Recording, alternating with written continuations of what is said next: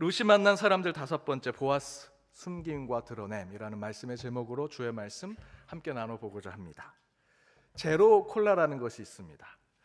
설탕 대체제를 넣어서 단맛은 그대로 유지하면서 칼로리는 제로입니다. 살이 찌지 않는, 다이어트 하시는 분들이 콜라를 마시고 싶을 때 이 제로 콜라를 많이 사 잡수십니다. 살 빼려고 하는 다이어트 하신 분들이 이 제로 콜라를 잡수시는데, 하루는 제가 청년들과 함께 햄버거 집에 갔습니다. 다이어트 한다는 한 청년이 자기는 꼭 다이어트 콜라, 제로 콜라를 먹겠다고 해서 제로 콜라를 시켰습니다. 그런데 햄버거를 한참 먹더니 본인 햄버거에 치즈가 빠졌다고 막 직원한테 가서 따지는 겁니다. 그럼 왜 제로 콜라를 먹는지. 이런 비슷한 분이 계십니다. 우리 여자분들 화장 열심히 하시죠. 특별히 눈화장 신경을 많이 쓰십니다. 제 아내 하는 거 보면 거의 예술 작품을 그립니다. 눈화장을 열심히 해놓고 밖에 나갈 땐 선글라스를 끼고 나갑니다. 왜 선글라스를 그렇게 열심히 누군가에게 보여주려고 눈화장을 해놓고 밖에 나갈 때 아무도 보지 못하는 선글라스를 끼고 나갈까? 이처럼 우리는 보여주고 싶은 것이 있으면 반대로 숨기고 싶은 것이 있습니다. 그것을 오늘 본문의 말씀의 제목대로 숨김과 드러냄이라고 한다면, 인간의 삶 속에서 저희는 어느 순간에 어떤 모습을 숨기고 감추고 싶어 하기도 하고요, 또 어떤 순간에는 내 모습을 드러내고 보여주고 싶을 때가 있다라는 것입니다. 실제로 예수님도 그분의 사역 속에 숨김과 드러냄을 통해서 하나님 나라 사역을 하셨습니다. 마가복음 1장에서 예수님께서 막 공생애를 하셨을 때 아픈 자들을 고치고 이렇게 말씀하셨지요. 마가복음 1장 34절에 보면 예수께서 각종 병이 든 많은 사람을 고치시며 귀신을 내쫓으시되 귀신이 자기를 알므로 그 말하는 것을 허락지 않으시더라. 그 귀신이 예수가 구세주인 것을 알고 세상에 알릴까 봐 숨기시고 계시는 거죠. 또한 마가복음 1장 44절에 이렇게 기록되어 있습니다. 함께 읽어보겠습니다. 이르시되 삼가 아무에게 아무 말도 하지 말고 가서 내 몸을 제사장에게 보이고 내가 깨끗하게 되었으니 모세가 명한 것을 드려 그들에게 입증하라 하셨더라. 병을 치유해준, 치유받은 이들에게 아무에게도 이야기하지 말라라고 예수님의 치유의 그 사역을 숨기고 계십니다. 그 외에도 수많은 구절에서 예수님은 자신을 숨기려고 했고요, 그 반대로 예수께 은혜를 받고 치유를 받은 자들은 저분이 예수님이다라고 하는 복음을 곳곳에 드러내려고 했던 것이 바로 복음서의 말씀입니다. 그렇게 숨김과 드러냄의 다이나믹한 상호적인 역할이 복음의 역사로 지금 저와 여러분에게까지 이어져 온 것이다 라고 할 수 있습니다. 또한 예수는 천국을 비유하실 때 바로 이 숨김과 드러냄의 역학적 관계로 천국을 설명하십니다. 마태복음 13장은 천국 비유장이라고 얘기합니다. 이 장에서 비유되는 천국은 숨김과 드러냄으로 이야기가 됩니다. 천국을 이렇게 비유합니다. 마치 겨자씨와 같고 누룩과 같다. 겨자씨와 누룩은요, 자신의 진짜 모습을 보여주고 있는 것이 아니지요. 여러분, 누룩 또 겨자씨 보신 분들 계실 겁니다. 도대체 이게 뭐가 될까라고 생각이 들지요. 그 다음 구절에서는 천국은 마치 감추인 보화 또 좋은 진주라고 비유를 합니다. 이 비유의 공통적인 주제는 천국은 겨자씨와 누룩처럼 지금은 별 볼 일 없어 보이지만 하나님은 그 겨자씨를 통해 큰 나무를 만드시고 그 누룩을 통해 큰 빵을 만드시더라는 것이죠. 곧 숨겨져 있으나 끝내는 그 어떤 것보다도 아름답고 위대한 것을 만들어 보여주는 것이 천국이라는 것입니다. 지금 당장은 그것을 볼 때 천국을 볼 수 없습니다. 저와 여러분을 볼 때 그 천국의 삶을 저희들이 생각할 수 없습니다. 그러나 끝내는 그것을 통해, 그 보잘것없어 보이는 겨자씨와 누룩을 통해 큰 빵과 큰 나무를 이루시는 것이 천국이라는 것이죠. 감추인 보화, 그 천국은 무엇인가 내가 숨겨두고 꽁꽁꽁 숨겨두고 그것을 통해서 기쁨과 감사를 누리고 싶은 것, 좋은 진주 같은 주제를 가지고 있죠. 천국은 숨기고 싶고 또 감추고 싶은 것, 그러나 그것이 드러나고 세상에 알려지면 모든 사람들이 기뻐하고 그 가운데 영광을 돌릴 곳, 그것이 천국이라고 이야기합니다. 곧 저와 여러분의 신앙도 어떠한 숨김과 드러냄의 역동적인 삶에서 우리의 신앙의 성장과 성숙이 이루어진다라는 것입니다. 그런데 오늘 본문의 말씀도 그런 숨김과 드러냄에 대한 하나님의 역사하심이 나타납니다. 지난주일 말씀에서 나오미는 룻과 함께 고향 땅 유다 베들레헴으로 돌아오지요. 하지만 그들은 철저히 실패와 낙오 가운데 고향 땅으로 돌아왔습니다. 나오미 입장에서는 남편을 잃었고 두 아들을 잃었습니다. 며느리인 룻이 함께 왔지만 실제로 나오미에게 있어서 룻은 큰 자산이 되거나 이득이 되는 존재가 아닙니다. 껄끄러운 돈 또는 혹을 때려다가 혹을 붙인 격이 된 그런 상황이죠. 그런 존재가 나오미에게 있어서 룻이라고 할 수 있습니다. 물론 룻 1장 16절의 말씀대로 룻의 신앙 고백이 어머니 하나님이 나의 하나님이 됩니다 라는 고백이 반갑기는 하지만 나오미가 살아가는 현실의 삶 속에 며느리 룻이라는 존재는 실제로 부담되는 존재라는 것이죠. 그래서 나오미는 1장 20절에 자기 스스로를 마라 인생의 쓴맛을 본 자라는 이름으로 바꿨습니다. 하지만 그런 나오미가 자기 고향으로 돌아왔다고 해서 인생의 쓴맛을 본 마라라는 이름이 기쁨의 나오미로 바로 바뀌게 된 것이 아니죠. 사는 것이 나아져서 기쁨의 나오미로 회복된 것이 아닙니다. 전혀 그런 삶을 살지 못합니다. 모압 땅에서 고난받았던 마라의 인생과 똑같이 다시 고향 땅에 돌아와서도 마라의 인생을 살고 있었습니다. 지난주일 말씀을 기억하신 분은 아시겠지만 룻기 2장 2절을 보시면 룻은 생계를 유지하기 위해서 이삭을 주스러 갑니다. 룻의 시대에 이삭을 줍는 사람들은 가난한 자들, 나그네들. 성경 말씀에 보면 나그네와 가난한 자들, 더 사회적인 현상도로 바라본다면 아무것도 생계를 유지할 수 없는, 그래서 어떤 것도 그들을 먹고 사는 것을 만들어낼 수 없는 자들이 가서 이삭을 줍는다라고 얘기합니다. 곧 나오미와 룻은 고향에 왔지만 어떤 직업도 먹고 사는 문제를 해결한 것이 아니다라는 것입니다. 여전히 나오미는 인생의 쓴맛을 보는 마라와 같은 인생을 살고 있었습니다. 그런데 그런 상황 속에서 룻은 우연처럼 보이는 하나님의 필연적인 섭리 가운데 보아스를 만나게 되죠. 그리고 룻은 보아스에게 다른 사람들보다 훨씬 더 큰 도움을 받는 이야기가 오늘 본문에 나옵니다. 그런데 17절에 보니 룻은 보아스에게 보리 한 에바를 받았다라고 얘기합니다. 한 에바는요 한 10kg 정도 됩니다. 장정 한 15명이 한 끼로 먹을 수 있는 식사. 나오미와 룻을 기준으로 본다면 길게 잡으면 2주, 보름 동안 먹을 수 있는 양식을 받게 된 것입니다. 여전히 인생의 쓴맛을 보고 있는 나오미와 룻에게 보리 한 에바는 상상할 수 없는 은혜를 받게 된 것입니다. 그런데 룻이 받은 그 혜택과 도움, 정확하게 말씀드리면 모압 이방 여자, 과부지요. 누구도 그를 거들떠보지 않는 존재입니다.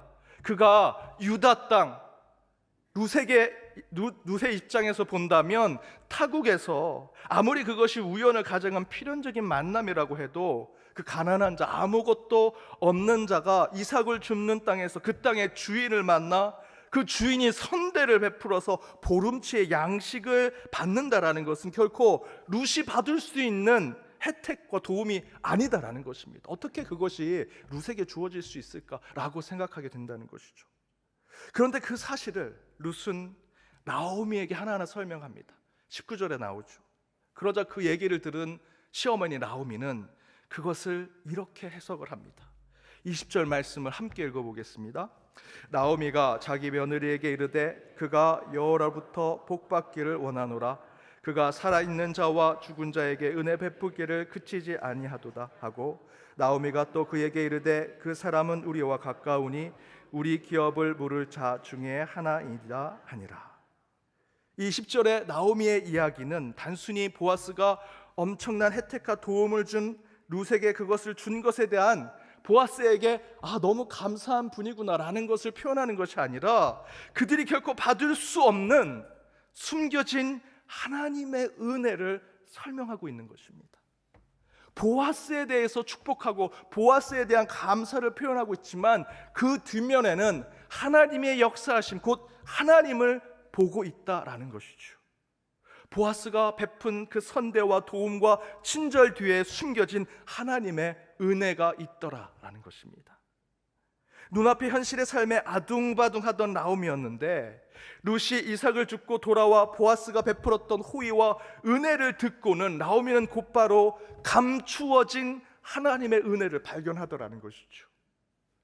20절 말씀을 보십시오. 앞구절에 그가 여호와로부터 복받기를 원하노라 축복을 합니다. 보아스를 축복합니다. 그 다음 구절에 이렇게 얘기합니다. 그가 살아있는 자와 죽은 자에게 은혜 베풀기를 그치지 아니할 것이다. 보아스가 도대체 뭘 안다고? 여기서 살아있는 자와 죽은 자는 누구를 가리키냐면 나오미, 엘리멜렉의 가정을 이야기합니다. 살아있는 자는 그 모압 땅에서 죽지 않고 고향 땅으로 돌아온 룻과 나오미를 이야기하는 것이고요, 죽은 자는 엘리멜렉, 말론과 기론을 이야기하는 것입니다. 보아스가 뭘 알고 있다고 지금 살아있는 자와 죽은 자에게 은혜를 베풀고 있다라고 얘기할까? 또한 나오미가 얘기합니다. 그 사람은 우리와 가깝다. 여기서의 가깝다라는 것은 친족을 이야기합니다. 왜 친족인 것을 강조하면서 이야기했을까요? 2, 3주 전 설교를 여러분 기억하시죠? 오르바와 룻이 시어머니 나오미의 곁에 남아 있으려고 했던 중요한 이유 중에 하나는 그 어머니 뱃속에서 나오는 세 번째 아들, 내 남편은 다 죽었으니 형사취수법의 율법에 따라 그들의 인생이 제대로 되고자 한다면 그 나오미 뱃속에 나오는 세 번째 아들이 자신의 남편이 되어야 하기 때문이죠. 하지만 나오미가 얘기합니다. 하나님이 내 경수를 끊으셨다. 그러니 너희 집으로 돌아가라. 하지만 룻은 끝까지 남아 있었습니다. 바로 여기서 우리와 가깝다라는 것은 보아스가 우리의 친족이고 룻에게는 무엇을 이야기하는 것이냐? 바로 너가 그와 함께 가정을 이룰 수 있다라는 것을 설명하는 것입니다. 그래서 뒷구절에 이렇게 얘기하죠. 우리 기업을 물을 자 중에 하나이니라.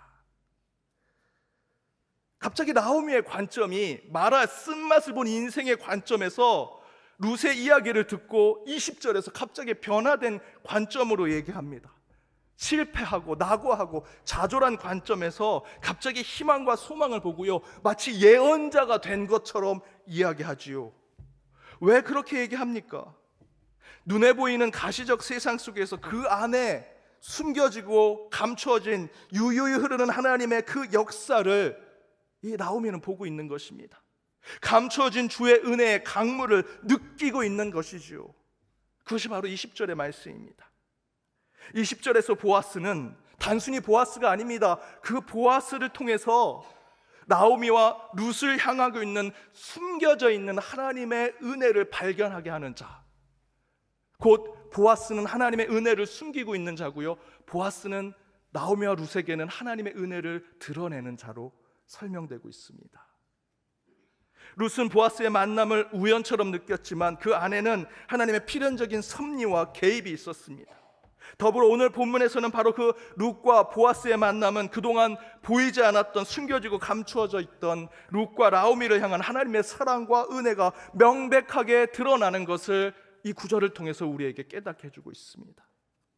이처럼 우리를 향한 하나님의 은혜와 사랑은 때로 감추어져 있다라는 것이죠. 왜 내게는 이런 하나님의 은혜와 헤세드, 하나님의 사랑이 내게 없을까? 여러분, 아닙니다. 여러분을 향한 그 하나님의 사랑과 은혜가 감추어져 있을 뿐입니다. 성경의 모든 이야기는 바로 하나님의 숨겨지고 감추어진 주의 은혜와 구원에 대한 이야기를 우리에게 들려줍니다. 출애굽한 백성들이 광야로 나갔습니다. 애굽에서 출애굽한 후에 하나님의 약속한 땅까지 40년을 그곳에 걸어가게 됩니다. 그 40년의 성경의 기록은 인간의 기준으로 본다면 이스라엘 백성의 온갖 불평과 불만이 가득한 이야기들로 쓰여져 있지요. 그러나 하나님의 기준으로 말씀드리면 앞뒤가 보이지 않는 광야의 삶의 이야기는 40년 동안 숨겨져 있고 감추어져 있는 하나님의 구원의 이야기가 바로 그곳에 쓰여져 있는 것입니다. 그것이 출애굽기지요. 물론 40년 동안 이스라엘 백성이 겪었던 고난과 시련의 이야기는 저와 여러분이 겪는 우리 인간의 우리 인생사 속에서 눈물 없이 들을 수 없는 마라의 여정, 곧 인생의 쓴맛을 보는 고통의 이야기겠지요. 그러나 우리 눈앞에 있는 현실과 상황만 본다면 그것은 불평만 드러놓을 수밖에 없는 인간의 이야기에 불과하겠지만 오늘 본문의 나오미처럼 하나님의 관점으로, 하나님의 해석으로 다시 한번 우리의 삶을 돌아본다면 그 고난의 이야기는 숨겨진 하나님의 이야기요, 언젠가 우리에게 베푸시고 감추고 계신 하나님의 구원의 이야기가 될 것이다 라는 것입니다. 요한복음 9장에 보면 날 때부터 맹인인 사람이 있습니다. 제자들이 묻습니다. 저 맹인이 자기의 죄 때문입니까? 부모의 죄 때문입니까? 라고 묻지요. 그러자 예수님께서 요한복음 9장 3절에서 이렇게 말씀하십니다. 우리 함께 읽어보겠습니다. 예수께서 대답하시되 이 사람이나 그 부모의 죄로 인한 것이 아니라 그에게서 하나님이 하시는 일을 나타내고자 하심이라. 사랑하는 여러분, 고난 가운데 계십니까? 이름을 바꿀 정도로 인생의 쓴맛을 보는 마라와 같은 인생 가운데 계십니까? 그러나 하나님의 자녀로 부름받은 저와 여러분이 경험하는 이 땅의 시련과 역경은요, 세상에 말하는 공허와 허무로 꺼져가는 그런 인생이 되지 않을 것입니다. 여러분이 갖고 있는 혹여 누구에게도 얘기하지 못하는 질병, 여러분의 실패, 나약함, 세상 사람과 비교하면 늘 어둠 속에 갇혀져 있을 것 같은 여러분의 열등감, 콤플렉스, 좌절과 우울한 마음, 우리 어르신들 점점점 기억력이 없어져가는 치매와 노안, 내 죄 때문인가? 내 성격 때문인가? 내가 잘못 살아온 인생 때문인가? 내 부모로부터 받은 쓴뿌리 때문인가? 여러분 스스로 판단하지 마시고 여러분을 정죄하지 마십시오. 하나님의 자녀된 저와 여러분에게 하나님이 음성을 주십니다. 숨겨진 은혜를 너에게 부어주어 하늘의 영광을 드러내게 하기 위함이다. 너의 그 약점을 통해 나의 은혜를 너희들에게 맛보게 하기 위함이다. 너의 아픔, 너의 상처를 통해 너 안에 숨겨진 나의 생명, 그 감추어진 그 기적을 체험하기 위해서 지금 너가 그 쓴 인생을 살아가고 있는 것이다. 하나님께서 우리에게 말씀해 주고 계십니다. 여러분, 우리 안에는 하나님의 감추어진 생명, 숨겨진 하나님의 은혜가 분명히 있습니다. 하나님의 때가 온다면 그 은혜는 보아스가 룻에게 보리한 에바를 부어준 것처럼 저와 여러분에게도 그 하나님의 은혜가 부어지게 되리라 저는 확신합니다. 오늘 설교 후에 함께 결단하며 부를 찬양에 이렇게 고백하고 있습니다. 험한 시험, 물속에서 나를 건져주시고 노한 풍랑 지나도록 나를 숨겨주소서. 주여 나를 돌보시사 고이 품어주시고 험한 풍파 지나도록 나를 숨겨주소서. 제가 찬양 부를 거라 기대하신 분들 죄송합니다. 험한 시험 물속에서 나를 건져주시고요, 그 분노한 풍랑 가운데 그 풍랑이 지나가도록 하나님께서 저와 여러분을 숨겨주신다고 고백합니다. 주여 나를 돌보시사 나를 고이 품으시고 험한 풍파 지나도록 나를 늘 숨겨주소서. 여러분, 지금 저와 여러분이 겪는 이 고난과 고통, 하나님이 그 험한 물속에서 우리를 건져주시고 그 노한 풍랑에서 우리를 숨겨주시고 여기까지 오게 만들어 주셨으리라 저는 믿습니다. 그렇게 항상 우리를 품어주시고 험한 풍파가 지나도록 우리를 주의 품에 숨겨주시는 그 감추어진 하나님의 은혜를 매일 매 순간 경험하며 한 주도 주의 이름으로 승리하시는 저와 여러분, 또 추석으로 함께한 우리 연동의 모든 가족들 되시길 주님의 이름으로 축복합니다. 기도하시겠습니다. 은혜 하나님, 말씀 가운데 주의 지혜를 깨닫게 하시고 우리의 영혼의 새로운 생명을 소생케 하여 주심을 감사드립니다. 말씀을 통해 험한 물 속에서 거침없이 몰려오는 인생의 풍파 속에서도 우리를 주의 날개 아래 품어주시고 감추어 주심으로 고난과 역경의 시간을 이기게 하시고 그 안에서 하나님의 숨겨지고 감추어진 은혜를 깨닫게 하여 주심을 감사드립니다. 지금 우리가 겪는 그 어떤 시련과 아픔이 나의 죄 때문도 아니요 우리 부모의 쓴뿌리 때문도 아닌 오직 나약하고 부족한 우리를 통해 하나님의 영광을 나타내기 위함임을 깨닫고 오직 주의 숨겨진 구원의 역사를 소망하며 나아가는 저희 모두가 되게 하여 주옵소서. 주여, 재앙이 아니라 평안을, 심판이 아니라 구원을 주시는 우리 구주 예수 그리스도를 매 순간 만나는 한 주가 되어 매일 주의 은혜로 채워지는 삶이 되기를 바라오며 이 모든 간구 예수 그리스도의 이름으로 기도드립니다. 아멘.